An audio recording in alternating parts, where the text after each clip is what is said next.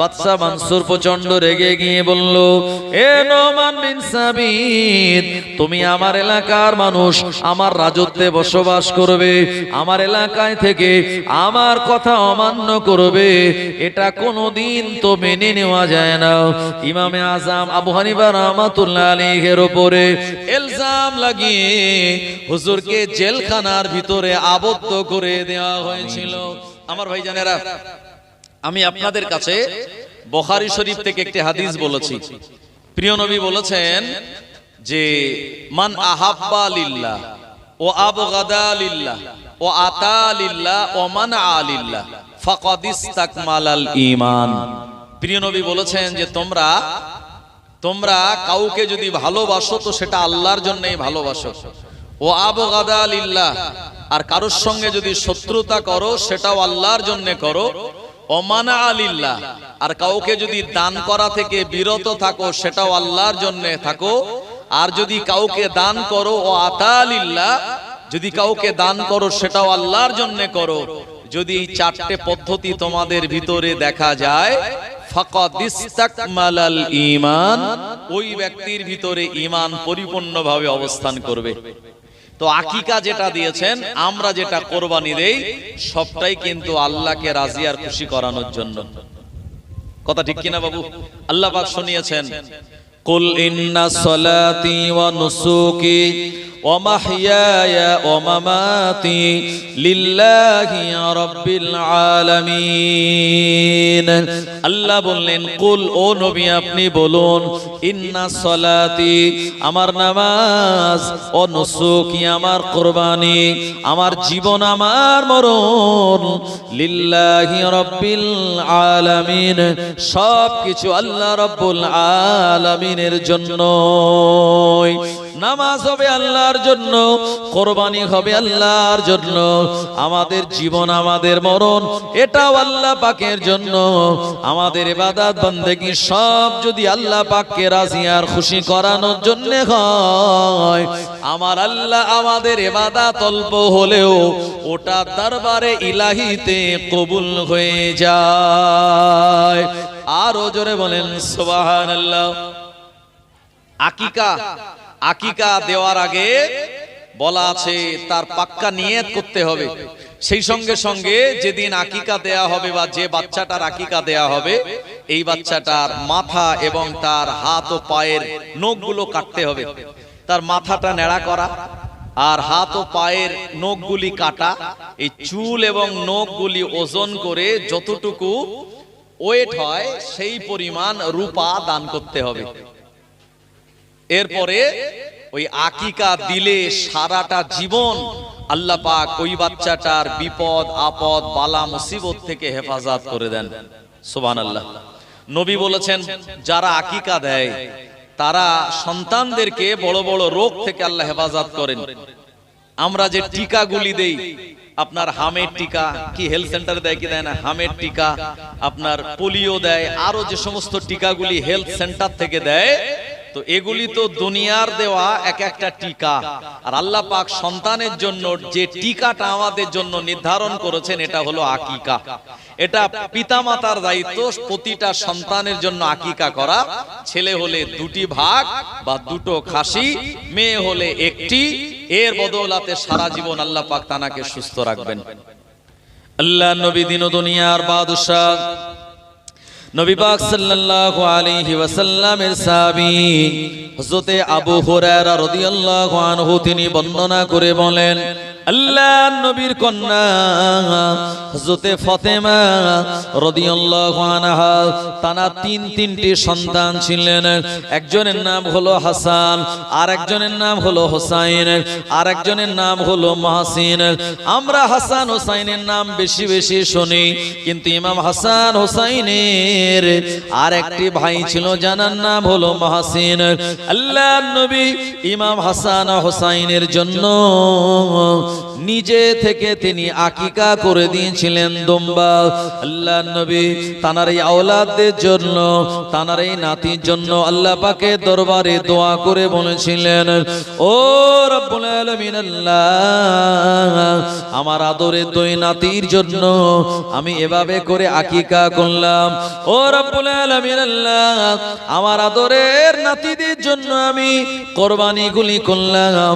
আল্লাহ এই আকিকা এবং কোরবানি করার বদলাতে আল্লাহ পাক আমার এই নাতিদের আপনি সুস্থ রাখবেন এবং তাদের দুনিয়াবি বিপদ থেকে হেফাজত করবেন। আল্লাহ পাক প্রিয় নবীর দোয়াকে কবুল করে নিয়েছিলেন এমন ভাবে ইমাম হাসানকে বিষ পান করালেও এই নবীজির দোয়ার ওসিলায় ইমাম হাসানের পেটের বিষটাকে আমার আল্লাহ পানি করে দিয়েছিলেন।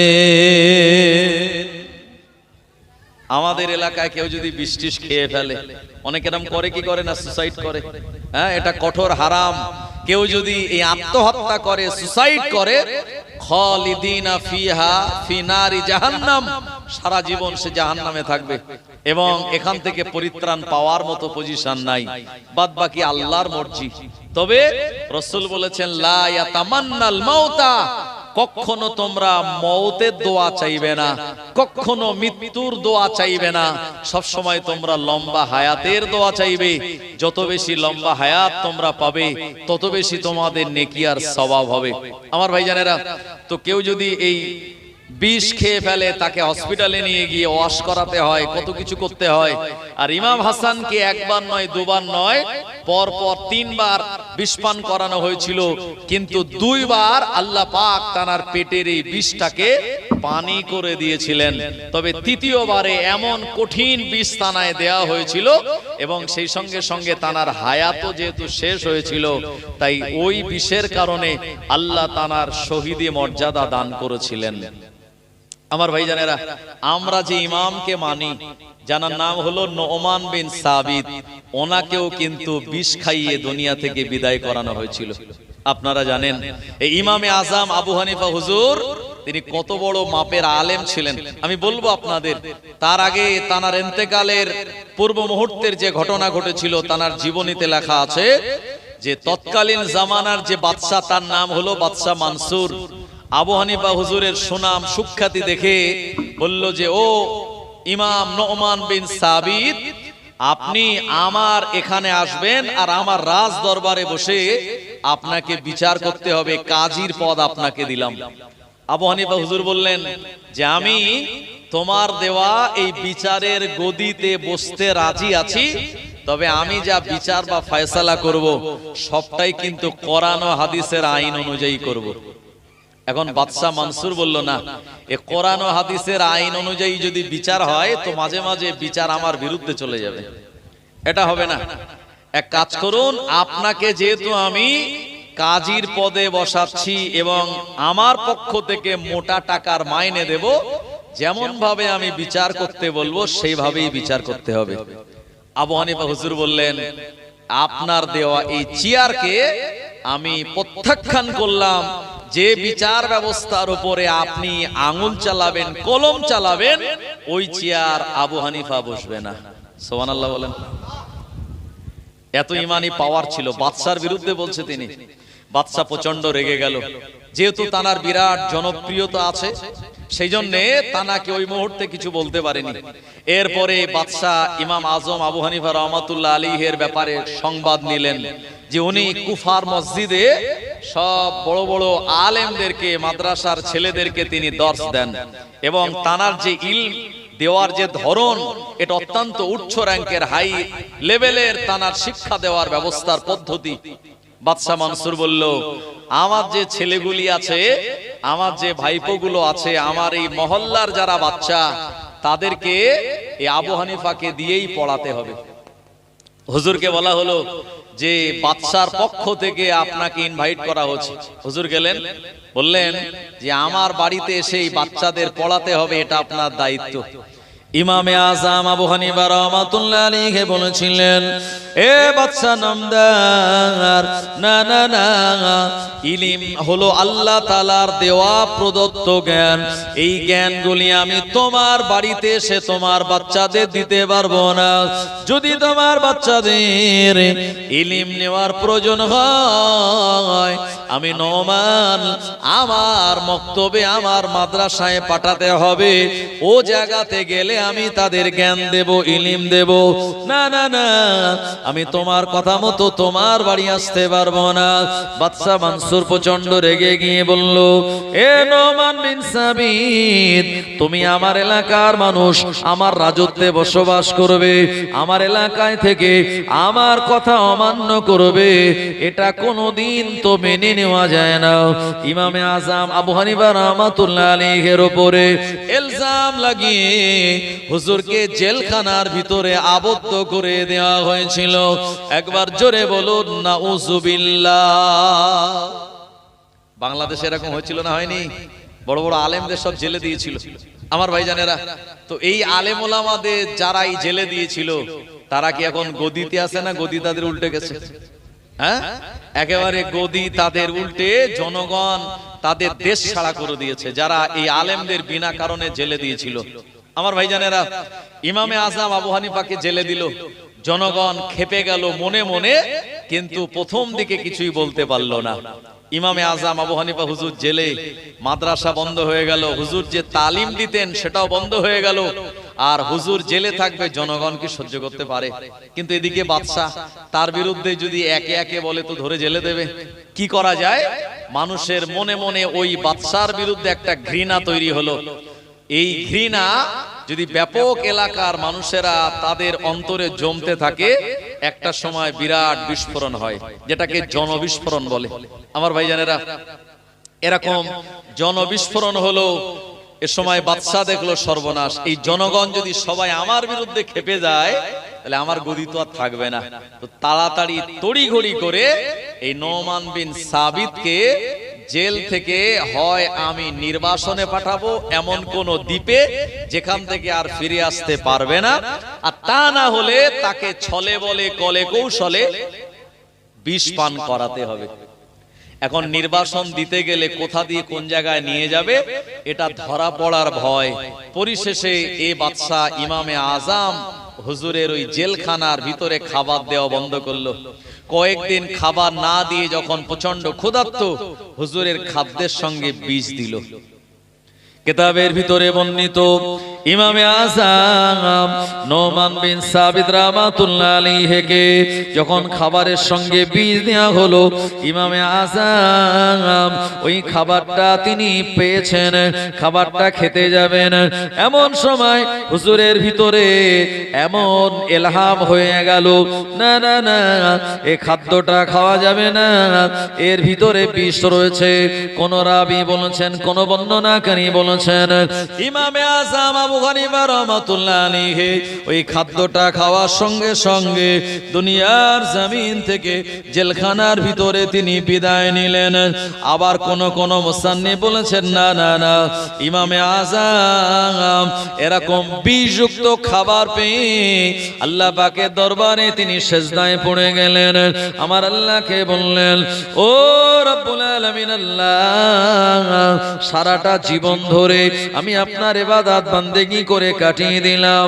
ইমামে আযম এমন একজন ইমাম যিনি পায়ে হেঁটে একবার নয়, দুবার নয়, টোটাল 50 বার কুফার জমিন থেকে আর মক্কাতুল মুকাররমায় গিয়ে হজ করেছেন, যিনি কাবা বাইতুল্লাহর ভিতরে ঢুকে 2 রাকাত নামাজে গোটা কোরআন মাজিদ তিনি খতম করে দিয়েছিলেন। তিনি এমন একজন ইমাম, একটানা লম্বা 30টা বছর নফল রোজা তিনি রেখেছেন। সারা বছরে 5টা দিন রোজা রাখা আমাদের জন্য শরীয়ত হারাম করে দিয়েছে। আপনি সারা বছর রোজা রাখলেও আপনার 5টা দিন কিন্তু রোজা রাখা যাবে না। 1 নম্বর হলো রোজার ঈদের দিন, মানে যেটাকে আমরা ঈদুল ফিতর বলি। দ্বিতীয় হলো কোরবানির ঈদের দিন, যেটাকে আমরা আরবিতে ঈদুল আজহা বলি। দুটো ঈদ এবং কোরবানির পরে আরো 3টে দিন। এই 5 দিন বছরে রোজা রাখা হারাম। এই 5 দিন বাদ দিয়ে ইমামে আযম আবু হানিফা রাহমাতুল্লাহ আলাইহি একটানা তিনি 30 বছর রোজা রেখেছিলেন। জোরে বলুন সুবহানাল্লাহ। শুধু তাই নয়, জগতের ইমাম ইমামে আযম আবু হানিফা রাহমাতুল্লাহ আলাইহি তিনি একটানা 40টা বছর এশার ওযুতে ফজরের নামাজ আদায় করেছেন। আরো জোরে বলেন, একটানা 40 বছর, 4 বছর নাই, 40 বছর এশার ওযুতে ফজরের নামাজ পড়েছেন। তার মানে ঘুমালে কি ওযু থাকে? নষ্ট হয়। তাই 40টা বছর তিনি ঘুমাননি। তিনি হায়াত পেয়েছিলেন টোটাল 70 বছর। 70 বছর জিন্দেগিতে 40 বছর রাতের বেলা ঘুমায়নি। সুবহানাল্লাহ। এমন একজন ইমাম, তিনি এই বিষযুক্ত খাবার পেয়ে বুঝেছেন যে এই খাবারে বিষ আছে। উনি সেজদায় পড়ে আল্লাহকে বলছেন, ওগো রব্বুল আলামিন, আল্লাহ, ও আমার আল্লাহ, আমি ইন্তেকালের আগে আপনার দিদার পেতে চাই। আল্লাহ, আমি বিষযুক্ত খাবার খেতে চাই না, কারণ প্রতিটা বিষযুক্ত খাবার এটা যন্ত্রণার কারণ হয়। ইমামে আযম আবু হানিফা রাহমাতুল্লাহ আলাইহি যখন সেজদায়, আল্লাহ পাক দেরি না করে মালাকুল মাউতকে বললেন, ও মালাকুল মাউত আজরাইল, চলে যাও। আমার প্রিয় বান্দা আল্লাহর নবীর যিনি তাবি ছিলেন ইমামে আযম আবু হানিফা রাহমাতুল্লাহ আলাইহির 150 হিজরিতে দুনিয়ার জমিন থেকে রাতের বেলা তাহাজ্জুদের ওয়াক্তে দুনিয়া থেকে তিনি বিদায় নিয়েছিলেন। সবাই বলুন ইন্না লিল্লাহি ওয়া ইন্না ইলাইহি রাজিউন। এই দোয়াটা মানুষ মারা গেলে পড়বেন, কিছু হারিয়ে গেলে পড়বেন, আপনার বিপদ আপদ আসলে পড়বেন, কোন সমস্যায় পড়লে আপনি পড়বেন। এই দোয়াটার মানে কি? ইন্না লিল্লাহ। ইন্না মানে নিশ্চয়ই, আল্লাহ তাআলা, নিশ্চয়ই আমরা আল্লাহর জন্য। ও ইন্না ইলাইহি রাজিউন, এবং নিশ্চয়ই আমরা সবাই আল্লাহ পাকের কাছে ফিরে যাব। যেতে হবে কি হবে না? হ্যাঁ, এই দুনিয়াতে কেউ থাকবো না বাবু, সবাই চলে যাব আমরা। আমি খবর নিচ্ছিলাম, নাসির ভাইয়ের আব্বা, কি নাম বলছিল, যে শহীদ মন্ডল, আব্দুল শহীদ মন্ডল বলছিল যে ওই 45-46 বছর বয়সে দুনিয়া থেকে ইন্তেকাল করেছে। আসলে অল্প বয়সে তিনি চলে গিয়েছেন না, এ পর্যন্তই তার হায়াত আল্লাহ তাআলার পক্ষ থেকে সীমাবদ্ধ ছিল। আল্লাহ বলেছেন, ওমা কানা লিনাফসিন আনতা মুতা ইল্লা বিইজনিল্লাহি কিতাবাম মুআজ্জাল। আল্লাহ বলছেন যে আমার হুকুম ছাড়া কেউ মরতে পারে না। ওমা কানা লিনাফসিন, প্রতিটা নফস, ইল্লা বিইজনিল্লাহ, আল্লাহর হুকুম ছাড়া তারা মরতে পারে না। তার জন্য কিতাবাম মুআজ্জাল, একটা নির্ধারিত সময় আল্লাহ পাক নির্ধারণ করে রেখে দিয়েছেন। দুনিয়াতে আবার অনেকে লম্বা সময় ধরে বেঁচেছেন। প্রিয় নবীর একজন সাহাবী, আপনারা নাম শুনেছেন এই সাহাবীর, এই সাহাবীর নাম হলো হযরতে আনাস বিন মালিক রাদিয়াল্লাহু আনহু। কি নাম বললাম? আনাস বিন মালিক রাদিয়াল্লাহু আনহু, যিনি রাসূলের কাছে মাত্র 10 বছর বয়সে গিয়েছিলেন। ওনার মায়ের নাম হলো উম্মে সুলাইম। তারিখে হাদিসে আমি দেখছিলাম, ওনার মায়ের নাম হলো উম্মে সুলাইম।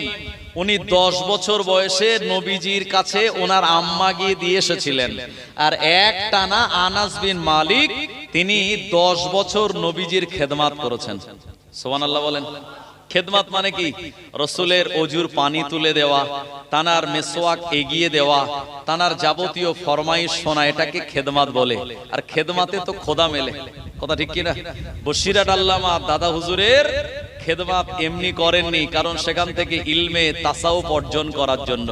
মুজাদ্দিদে জামান কলকাতার মানিকতলার সুফি ফাতে আলী ওয়াইসি রাহমাতুল্লাহ আলাইহির তিনি মুরিদ হয়ে তানার খেদমত এমনি করেননি, তানার কাছ থেকে ইলমে তাসাউফ পাওয়ার জন্য, কথা ঠিক কি না? হাক্কানি ওলিদের এই সোহবত যারা পেয়েছে, ইলমে বাতেনি তাদের ভিতরে এসেছে। আপনারা শুনেছেন শামস তিবরিজি বলে একজন আল্লাহর ওলি ছিলেন, আর একজন ও জামানার একজন বড় মাপের আলেম, যার নাম হলো আল্লামা জালালউদ্দিন রুমি রাহমাতুল্লাহ আলাইহি। নাম শুনেছেন? জালালউদ্দিন রুমি রহমাতুল্লাহ আলাইহি, শামস তিবরিজি রহমাতুল্লাহ আলাইহি, দুজন একই জামানার মানুষ। শামস তিবরিজি উনি হলেন আল্লাহর মারেফাতের পাগল বান্দা, ওলি বান্দা। ও বাবু ভাইরা একটু আগিয়ে আসেন, আমার ভাইজানের একটু আগিয়ে আসেন তো, যারা ওই পিছনে আসছে বসতে অসুবিধা হচ্ছে, একটু আগিয়ে আসুন, একটু দুরূদ শরীফ পড়েন। আল্লাহুম্মা সাল্লি আলা, একটু আগিয়ে আসেন।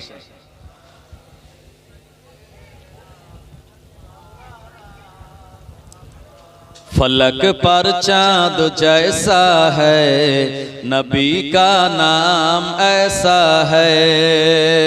फलक पर चांद जैसा है, नबी का नाम ऐसा है। दिलों से गम मिटाता है, मोहम्मद नाम ऐसा है।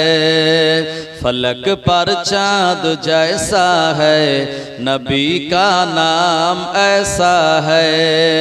दिलों से गम मिटाता है, मोहम्मद नाम ऐसा है। ये दिल जो गम का मारा हो, मोहम्मद याद आता है। ये दिल जो गम का मारा हो, मोहम्मद याद आता है।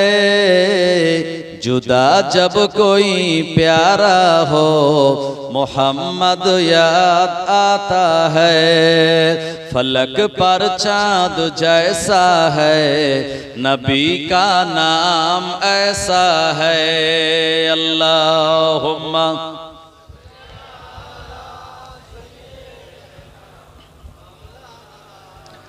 व अला आले सय्यिदिना।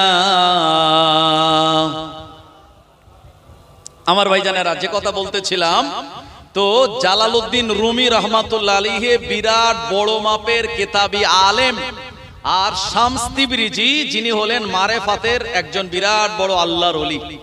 একদিন গিয়ে দেখছে ওই জালালউদ্দিন রুমি ওনার মানে ঘরে, লাইব্রেরি রুমে উনি কেতাব মোতালা করছেন, আর শামস তিবরিজি ওনার ঘরে ঢুকে আসসালামু আলাইকুম বলেছেন।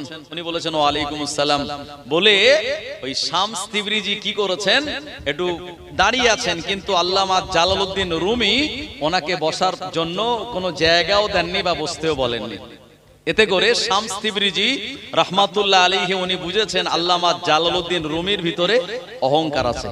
কারণ সব জিনিসের গরম আছে না নেই? টাকা থাকলে টাকার একটা গরম আছে, হ্যাঁ? যদি আপনার জ্ঞান থাকে, জ্ঞানের গরম আছে। আপনার যদি বড় লম্বা বাড়ি থাকে, তাহলে সেই বাড়ির গরম আছে। যদি জমি জায়গা অনেক থাকে, তার একটা গরম আছে, হ্যাঁ? তো ইলমেরও গরম আছে। এ সময় এই ইলমের গরমে জালালউদ্দিন রুমি রহমাতুল্লাহ আলাইহি শামস তিবরিজিকে পাগল মনে করে, দুনিয়ার একটা সাধারণ মানুষ মনে করে বসারও জায়গা দেয়নি। তো শামস তিবরিজি রহমাতুল্লাহ আলাইহি বুঝতে পেরেছেন তার ভিতরে কিছু অহংকার আছে। এ সময় জালালউদ্দিন রুমি রহমাতুল্লাহ আলাইহি যে কিতাবগুলো মোতালা করছিলেন, এই কিতাবগুলো ধরে পাশে একটা কুয়া ছিল, বাইরে বেরিয়ে কুয়ায় ফেলে দিয়েছে। আচ্ছা, এই কাজ করলে মানুষ রাখবে কি রাখবে না? হ্যাঁ, জালালউদ্দিন রুমি রহমাতুল্লাহ আলাইহি রেগে একেবারে লাল হয়ে গেল। এই পাগল, কি করলে তুমি? আমার এই কিতাবগুলো তুমি এই কুয়ার মধ্যে ফেলে দিলে। শামস তিবরিজি রহমাতুল্লাহ আলাইহি তিনি জবাব না দিয়ে ওই কিতাবগুলো তিনি আবার কুয়া থেকে তুলে দিলেন। খালি বললেন আল্লাহর হুকুমে কিতাবগুলো কুয়া থেকে আবার উঠে আয় আমার হাতে। যেই বলেছেন কিতাবগুলো কুয়া থেকে উঠে শামস তিবরিজির কাছে এসেছে, একেবারে কোন রকম গিলা নাই, ভিজে নাই, শুকনো কিতাব এসে হুজুর জালালউদ্দিন রুমির কাছে দিয়ে দিয়েছে। আল্লাহর ওলি জালালউদ্দিন রুমি রহমাতুল্লাহ আলাইহি শামস তিবরিজির এমন কারামাত দেখে বিরাট অবাক হয়ে গিয়ে বললেন, হুজুর আপনার পরিচয় একবার আমায় বলুন। শামস তিবরিজি রহমাতুল্লাহ আলাইহি বললেন, ও বাবা জালালউদ্দিন রুমি, তোমার ভিতরে ইলম রয়েছে, কিতাবের জ্ঞান রয়েছে, ফিকহের জ্ঞান আছে, ফারায়েজের জ্ঞান আছে, ইলমে মান্তিক, ইলমে হিকমাতের জ্ঞান রয়েছে, ইলমুল আরুজের জ্ঞান রয়েছে, হেদায়েত বিস্তারিতন্নাও কাফিয়া সরেজামি মুক্তাসার মিশকাতের জ্ঞান তোমার ভিতরে রয়েছে, আর এ কারণে তুমি আমায় তেমন ভ্যালু দাওনি, তুমি আমায় মূল্য দাও নাই।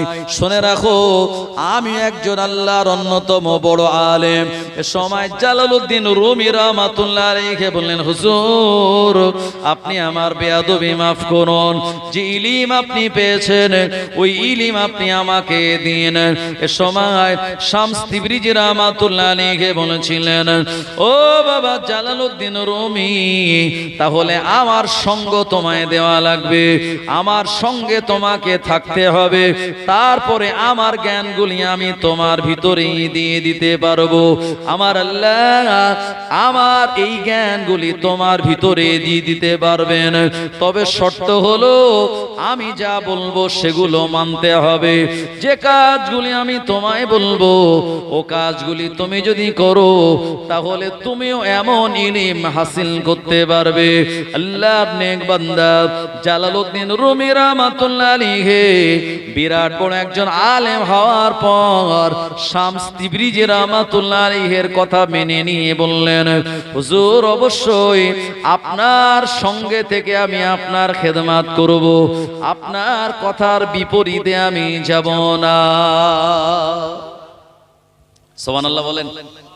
মুসা আলাইহিস সালাম বক্তব্য দিচ্ছিলেন একটা জায়গায়, একজন লোক পিছন দিক দিয়ে বলছে, ও নবী মুসা কালিমুল্লাহ, এ জামানার সবথেকে জ্ঞানী লোককে। মুসা নবী চিন্তা করছে, আমি নবী মুসা, আল্লাহ আমার কাছে তাওরাত দিয়েছে, আমার সঙ্গে আল্লাহ কথা বলে, আর আমার থেকে আর জ্ঞানী কে আছে? উনি বললেন আমি। আচ্ছা, আমির ভিতরে অহংকার আছে না নাই? আল্লাহর পছন্দ হলো না। আল্লাহ বলেন, এ মুসা চলে যাও, দুই সমুদ্রের মাঝখানে একজন লোককে দেখতে পাবে, চাদর মুড়ি দিয়ে বসে আছে, ওনার কাছে যাও, উনি হলো তোমার এ জামানার সবথেকে জ্ঞানী লোক। উনি কে ছিলেন? খিজির আলাইহিস সালাম। আপনারা ওয়াজে শুনেছেন না?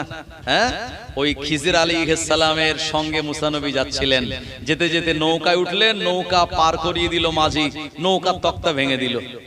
মুসা আলাইহিস সালাম বলেন, ই আপনি কি করলেন? মাঝি বিনা টাকায় নদী পার করিয়ে দিল, আর আপনি নৌকার তক্তা ভেঙে দিলেন। বলে, আমার সঙ্গে থাকতে গেলে শর্ত হলো কোনো প্রশ্ন করা যাবে না। মুসা নবী বলেন, হ্যাঁ ঠিক আছে হুজুর, বেয়াদবি ক্ষমা করুন, আমি আর প্রশ্ন করব না। আবার আরেক জায়গায় গেলেন, সেখানে যাওয়ার পরে দেখলেন কয়েকটা বাচ্চা কাচ্চা খেলাধুলো করছে। সেখানে খিজির আলাইহিস সালাম একটা বাচ্চাকে ধরলেন আর ঘাড় মোটকে তার মাথা আলাদা করে দিলেন, ছেলেটা সঙ্গে সঙ্গে মারা গেল। মুসা নবী জালালি মেজাজের নবী বলছেন, এ আপনি কি করলেন? একটা মাসুম বাচ্চাকে আপনি ধর আর মাথা আলাদা করে দিলেন, এ কাজ তো ভালো হলো না।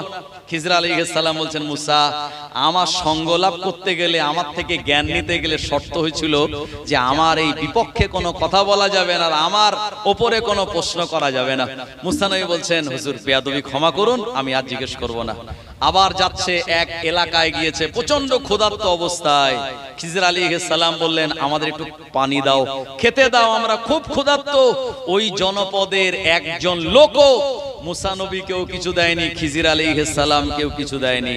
পরিশেষে তানারা ক্ষুধার্ত অবস্থায় যাচ্ছে, দেখতে পেল খিজির আলাইহিস সালাম যে একটা বাড়ির পাঁচিল আপনার ওই পুকুরের দিকে হেলে আছে, পড়ে যাবে খানিকটা পরেই। খিজির আলাইহিস সালাম গিয়ে হাত দিয়ে মুসা নবীকে বললেন, একটু ধরো, ওই পাঁচিলটা সোজা করে দিলেন। মুসা নবী রেগে গিয়ে বললেন, যে এলাকায় এতবার খাবার চাইলেন, যারা খাবার দিল না, তো এদের পাঁচিল বেঁকে যাক, পড়ে যাক, যাকগে যা, আপনার সোজা করার দরকার কি ছিল? খিজির আলাইহিস সালাম বললেন, শর্ত হলো আমার সঙ্গে থাকতে গেলে প্রশ্ন করা যাবে না। তুমি তিনবার প্রশ্ন করেছো, তোমার সঙ্গে আমি আর নেব না, তুমি এবারে চলে যাও তোমার কাজে। মুসা আলাইহিস সালাম একজন নবী হওয়ার পরেও আল্লাহ আর একজন নেক বান্দার কাছে পাঠিয়েছিলেন ইলম নেওয়ার জন্য। শামস তিবরিজি রাহমাতুল্লাহ আলাইহি এই আল্লামা জালালউদ্দিন রুমিকে বললেন, আমার সঙ্গে থাকতে গেলে, আমার যে জ্ঞান আছে এটা নিতে গেলে কোনো প্রশ্ন করা যাবে না, আর কোন রকম আমার কাজের বিরোধিতা করা যাবে না। বলল, হুজুর ঠিক আছে, তাই হবে। এ সময় আল্লামা জালালউদ্দিন রুমি রাহমাতুল্লাহ আলাইহি শামস তিবরিজির সঙ্গে কয়েকদিন তিনি রয়েছেন সোহবতে, একসঙ্গে নামাজ পড়েন, একসঙ্গে ইবাদত বন্দেগী করেন, খাওয়া দাওয়া করেন বটে। আর শামস তিবরিজি রাহমাতুল্লাহ আলাইহি যা বলেন, এ সময় জালালউদ্দিন রুমি রাহমাতুল্লাহ আলাইহি ও কাজগুলি তিনি অকপটে সব করে দেন। কয়েকদিন পেরিয়ে যাওয়ার পর আল্লাহর ওলি শামস তিবরিজি রাহমাতুল্লাহ আলাইহি বললেন, এ বাবা জালালউদ্দিন রুমি, আজকে তোমায় যেতে হবে শরাবখানায়, আর ওখান থেকে এক বোতল মদ কিনে আনতে হবে। হুজুর বলে সর্বনাশ। জালালউদ্দিন রুমি রাহমাতুল্লাহ আলাইহি চিন্তা করছে, আল্লাহ, আমি তো ইলম পাওয়ার জন্য এসেছি, আর আমি তানা সোহবতে আছি, আর আগে কথা দিয়েছি যা বলবে তা শুনতে হবে, বিপরীত করা যাবে না। এই আমারে মদ আনতে পাঠাচ্ছে। শামস তিবরিজি রাহমাতুল্লাহ আলাইহি কেমন মানুষ, কিন্তু শর্ত ছিল ওই ইলম অর্জন করতে গেলে যা বলবো তা মানতে হবে। জালালউদ্দিন রুমি রাহমাতুল্লাহ আলাইহি বিরাট এলাকার সুনামধন্য একজন আলেম, সুনামধন্য একজন আলেম, তানার ইলমের বিরাট পরিচয় পরিচিতি মানুষের কাছে। আর তিনি যদি মদের দোকানে যায়, লোক আর আলেম বলে দাম দেবে? হ্যাঁ, এখন কথার কথা, আমাদের এলাকায় মাশাআল্লাহ জয়পুল গ্রামের অনেক সুনাম সুখ্যাতি, আমাদের জয়পুল গ্রামে অনেক আলেম হাফেজ। কি বুঝলেন? অন্যান্য গ্রামে, আশপাশের গ্রামগুলিতে আমাদের এই গ্রামের একটা বিরাট নাম আছে।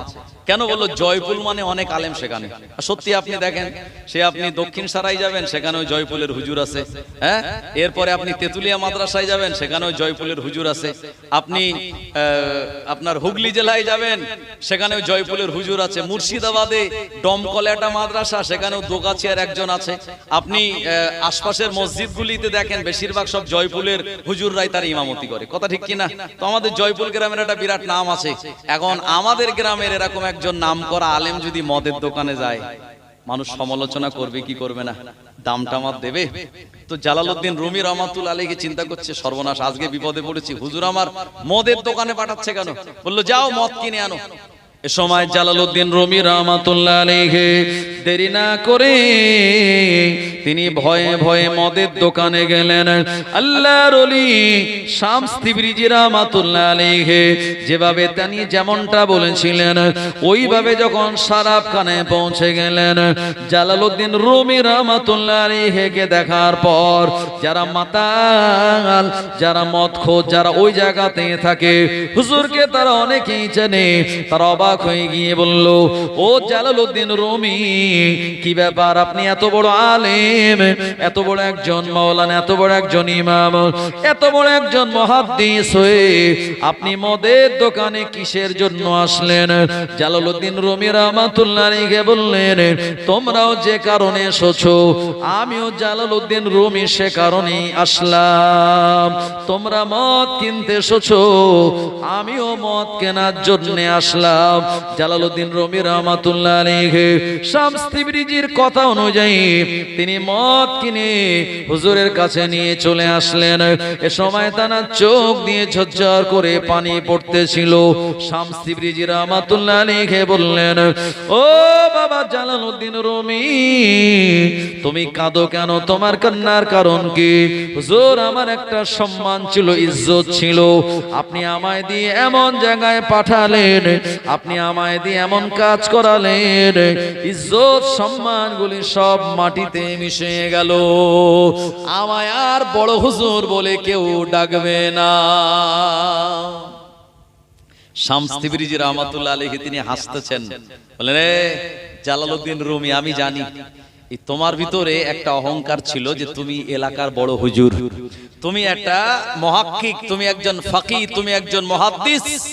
তোমার যে অহংকার ছিল, এমন একটা কাজ তোমার দিয়ে করালাম, সব অহংকার গুলো আজকে তোমার মাটিতে মিশে গেল। এই আজকে থেকেই ওই ইলমে তাসাউফের জ্ঞান তোমার ভিতরে দেওয়া আমি শুরু করব, যাতে করে তুমি এলাকায় যাবে, মানুষ তোমাকে দেখে ঘৃণা করবে, খুব একটা ভালো বলবে না, তুমি মদ টদ খাও।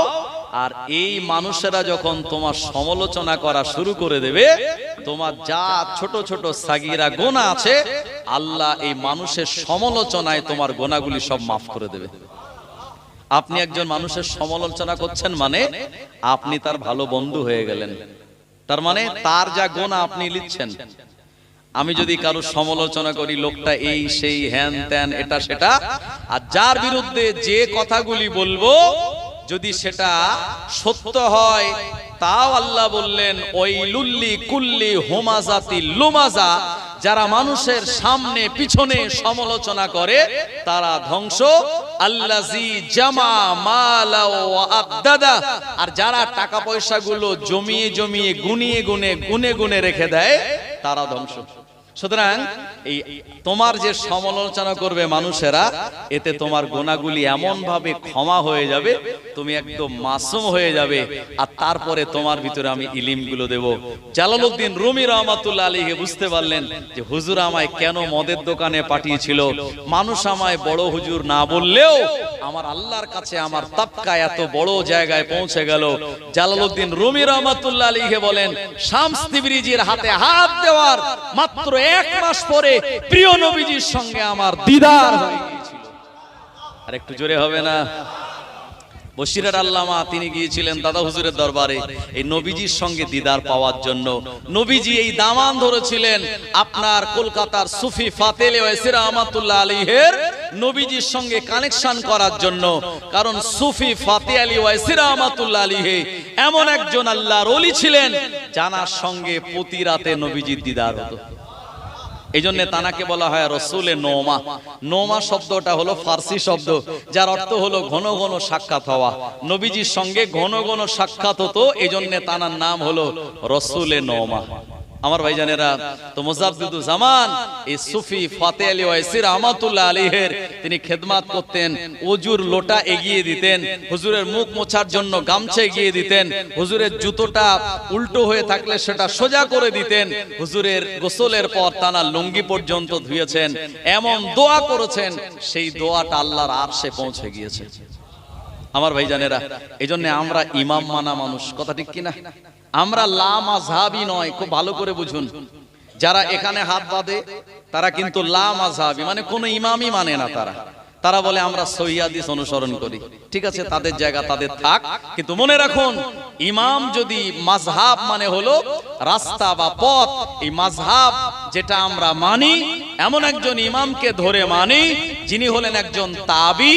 যে তাবি হলেন নোমান বিন সাবিত, যিনি 80 হিজরিতে জন্মগ্রহণ করেছিলেন, 150 হিজরিতে দুনিয়া থেকে বিদায় নিয়েছিলেন। জানার সঙ্গে নবীর সাহাবী আনাস বিন মালিক রাদিয়াল্লাহু আনহুর সঙ্গে দিদার হয়েছিল। যে আনাস বিন মালিকের নাম বলছিলাম, কোন আনাস? জানার মায়ের নাম হলো উম্মে সুলাইম। 10 বছর বয়সে ছেলেকে দিয়ে গেছে, হুজুর আমার এই ছেলেটাকে রেখে গেলাম, আপনি একটু আমার ছেলেটাকে একটু খেদমত নেবেন আর আপনার জ্ঞানগুলি আমার ছেলের ভিতরে দেবেন, আমার আল্লাহর কাছে সেই দোয়া করবেন। প্রিয় নবী সাল্লাল্লাহু আলাইহি সাল্লাম আনাস বিন মালিককে নিজের কাছে রাখলেন এবং 10টা বছর আনাস বিন মালিক নবীর খেদমত করলেন। আল্লাহ নবী দিন ও দুনিয়ার বাদশা নবী পাক সাল্লাল্লাহু আলাইহি ওয়াসাল্লাম এ আনাস বিন মালিকের জন্য দোয়া করে বলেছিলেন, আল্লাহুম্মা আকসির মালাহু ওয়া আবানাতুহু। ও রব্বুল আলামিন, আল্লাহ আনাস বিন মালিকের আল্লাহ টাকা পয়সায় আপনি বরকত দিন, আনাস বিন মালিকের সন্তানাদিতে আপনি বরকত দিন, আনাস বিন মালিকের হায়াতে জিন্দেগি আপনি বরকত দিন। আমার ভাইজানেরা, প্রিয় নবীর এই